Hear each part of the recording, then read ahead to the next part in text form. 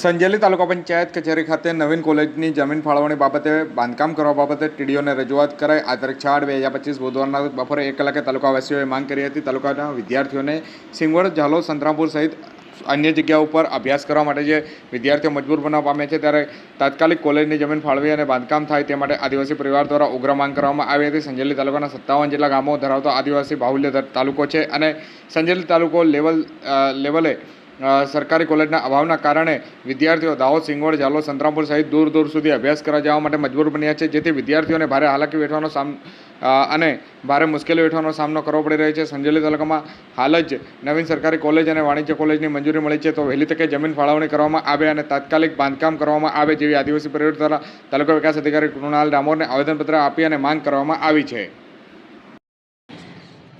નમસ્કાર, જય જોહાર, જય આદિવાસી. આજ રોજ સંજેલી તાલુકા મુકામે અમે આદિવાસી પરિવાર દ્વારા મામલતદારશ્રીને એ આવેદનપત્ર આપી અને રજૂઆત કરવા માટે આવ્યા છે કે સંજેલી તાલુકો એ આદિવાસી બહુલ્ય ધરાવતો તાલુકો છે. 57 ગામડાઓની એની અંદર સમાવેશ થઈ રહ્યો છે.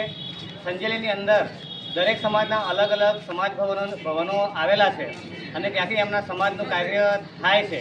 તો અમારી પણ આદિવાસી બહુલ્ય ધરાવતા તાલુકાની અંદર અમે પણ એવી માંગણી કરીએ છીએ કે અમારા સંજેલી તાલુકાની અંદર પણ એક સમાજ ઘર બને અને સમાજના વિકાસના કાર્યો, સાંસ્કૃતિક કાર્યો વગેરે કાર્યો, શૈક્ષણિક કાર્યો વગેરે કરવા માટે અમે સમાજ ઘરની માંગણી કરીએ છીએ.